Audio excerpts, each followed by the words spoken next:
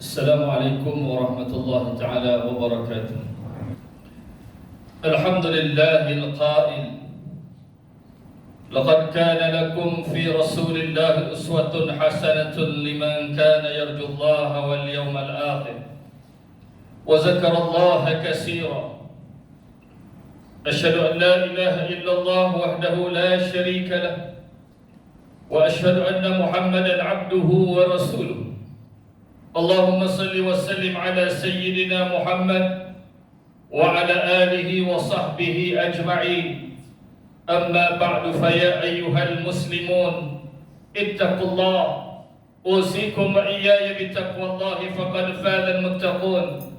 قال الله تعالى في كتابه العزيز: يا أيها الذين آمنوا اتقوا الله حق تقاته ولا تموتن إلا وأنتم مسلمون. Muslimin yang dirahmati Allah Subhanahu wa taala sekalian, marilah kita meningkatkan ketakwaan kehadrat Allah Subhanahu wa taala dengan mematuhi segala perintahnya dan meninggalkan segala larangannya. Sesungguhnya takwa itu adalah sebaik-baik bekalan untuk hari akhirat. Khatib mengajak hadirin Jumaat sekalian untuk sama-sama menghayati khutbah hari ini yang bertajuk Meraihkan Syawal, Mengamal Sunnah.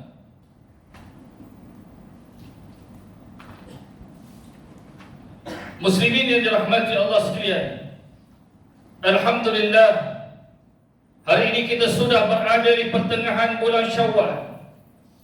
Namun begitu, bahan berpuasa masih mempengaruhi seluruh jiwa raga orang yang beriman. Itulah kesan bagi mereka yang benar-benar rindukan Ramadan yang telah pergi. Justru itu antara amalan yang boleh kita lakukan untuk terus memperoleh ganjaran pahala dan keampunan daripada Allah Subhanahu wa taala ialah dengan menghiasi bulan Syawal ini dengan amalan berteraskan sunnah Rasulullah sallallahu alaihi wasallam. Hadirin sekalian, antara amalan sunnah yang sangat digalakkan adalah dengan melakukan puasa sunat selama 6 hari pada bulan Syawal ini. Hadis daripada Abu Ayyub Al-Ansari radhiyallahu anhu bahawa Rasulullah sallallahu alaihi wasallam bersabda: "Man shama Ramadan thumma itba'ahu 6 min Syawal kana kasiyamud dahr." Yang bermaksud, sesiapa yang berpuasa sebulan Ramadan kemudian diikuti dengan puasa 6 hari di bulan Syawal, maka dia mendapat ganjaran pahala seperti berpuasa sepanjang tahun. Hadis riwayat Muslim.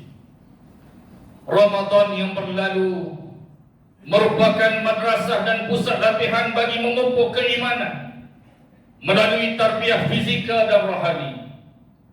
Secara zahirnya, fizikal orang yang berpuasa adalah lebih baik dari keadaan fizikal orang yang perutnya senantiasa kenyang.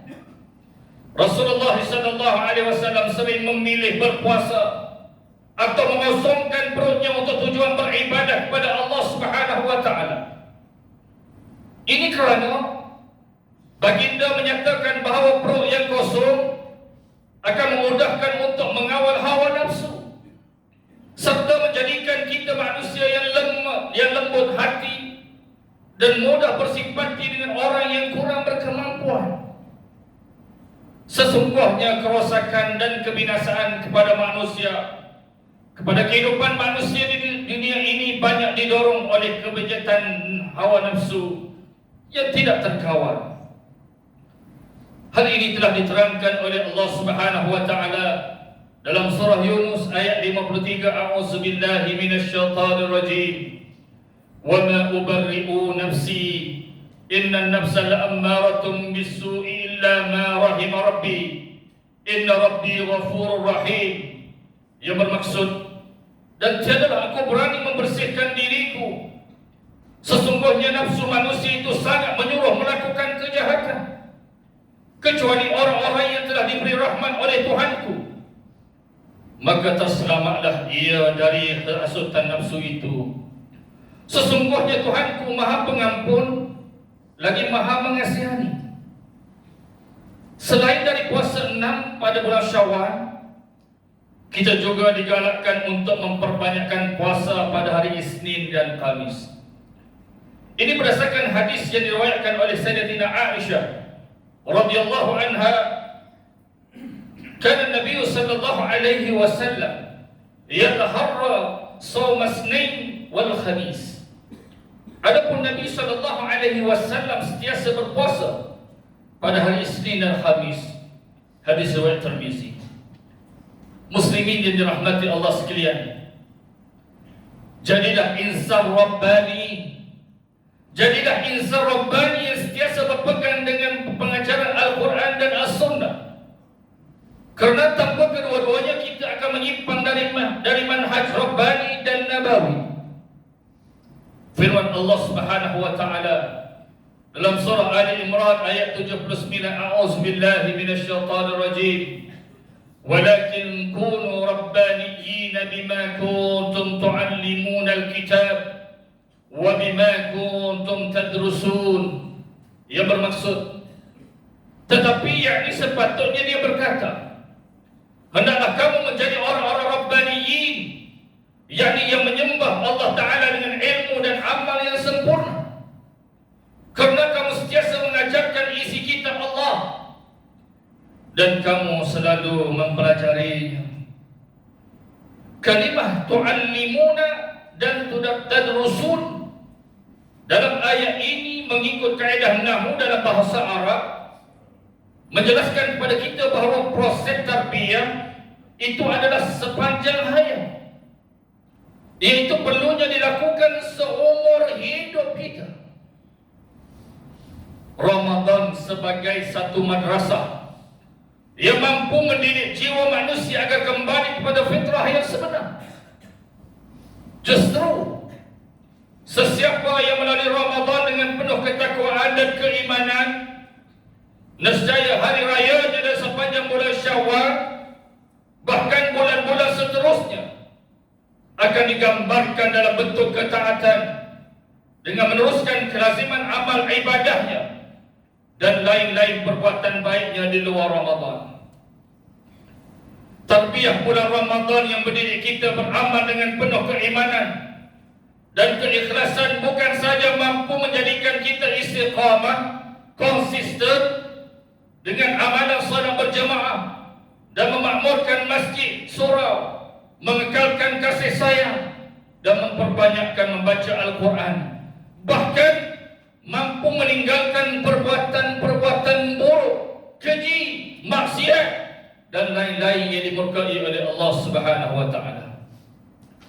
Ambillah kesempatan sebenar menyambut bulan Syawal ini dengan menggandakan amalan sedekah kita kepada golongan yang memerlukan. Teruskan berkata-kata dan menulis perkara yang baik-baik sahaja, dan apa sahaja yang kita lakukan adalah menjuruskan kepada ketakwaan kepada Allah Subhanahu wa taala, termasuklah dalam cara kita berpakaian. Hal ini diperingatkan oleh Allah Subhanahu wa taala dalam surah Al-A'raf ayat 26, A'udzubillahi minasyaitonir rajim. Qad anzalna 'alaikum libasan yuwari sawatikum wa ritha wa libasut taqwa dzalika khair. Yang bermaksud, sesungguhnya kami telah menurunkan kepada kamu yakni bahan-bahan untuk pakaian menutup aurat kamu dan pakaian perhiasan dan pakaian yang berupa takwa, itulah yang sebaik-baiknya. Peringatan untuk menutup aurat juga disebut dalam surah Al-Ahzab ayat 33, A'udzubillahi minasyaitonir rajim. Wa qarna fi buyutikunna wa la yatabarrajna tabarrujul jahiliyatil ula. Dan hendaklah kamu tetap diam di rumah kamu, serta janganlah kamu mendedahkan diri seperti yang dilakukan oleh orang-orang jahiliyah zaman dahulu.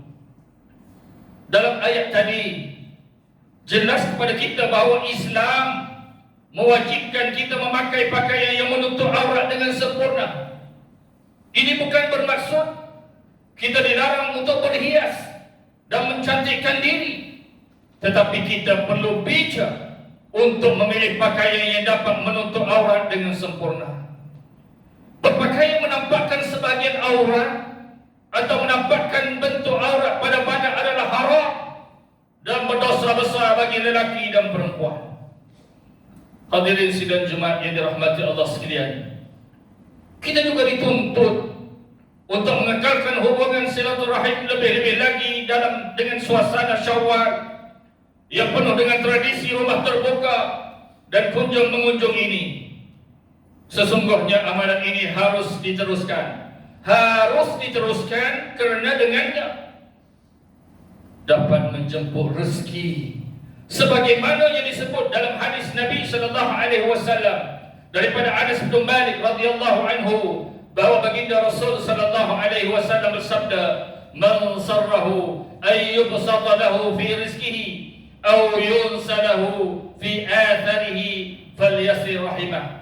Yang bermaksud, sesiapa yang ingin dipermudahkan rezekinya dan ditangguhkan ajalnya, yang dipanjangkan umurnya, maka hendaklah dia menyambungkan tali silaturahim.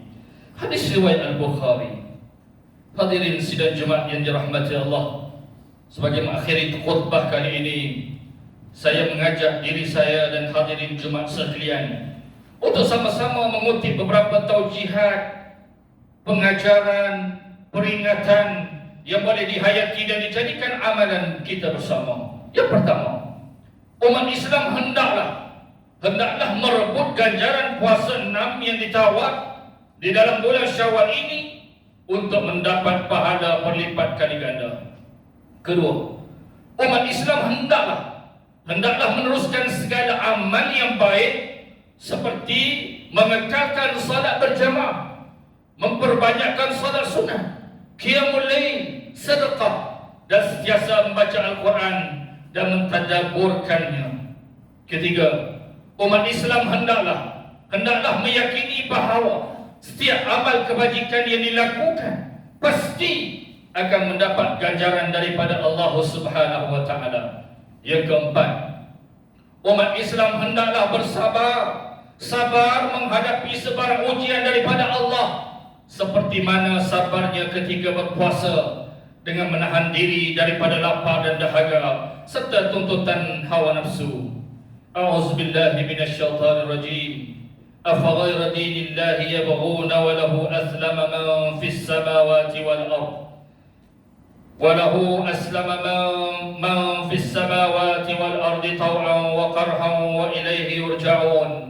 Yang bermaksud, patukah sesudah yakni mengaku dan menerima perjanjian itu mereka mencari lain dari agama Allah, padahal kepadanya lah tunduk taat sekalian makhluk yang ada di langit dan di bumi, sama ada dengan sukarela atau terpaksa, dan kepadanya lah mereka dikembalikan. Ali Imran ayat 83. Barakallahu li wa lakum bil Qur'anil azim wa nafa'ani wa iyyakum bima fihi min al-ayati waz-zikril hakim wa taqabbala minni wa minkum tilawatahu innahu huwas sami'ul alim. أقول قولي هذا وأستغفر الله العظيم لي ولكم ولسائر المسلمين والمسلمات فاستغفروه إنه هو الغفور الرحيم.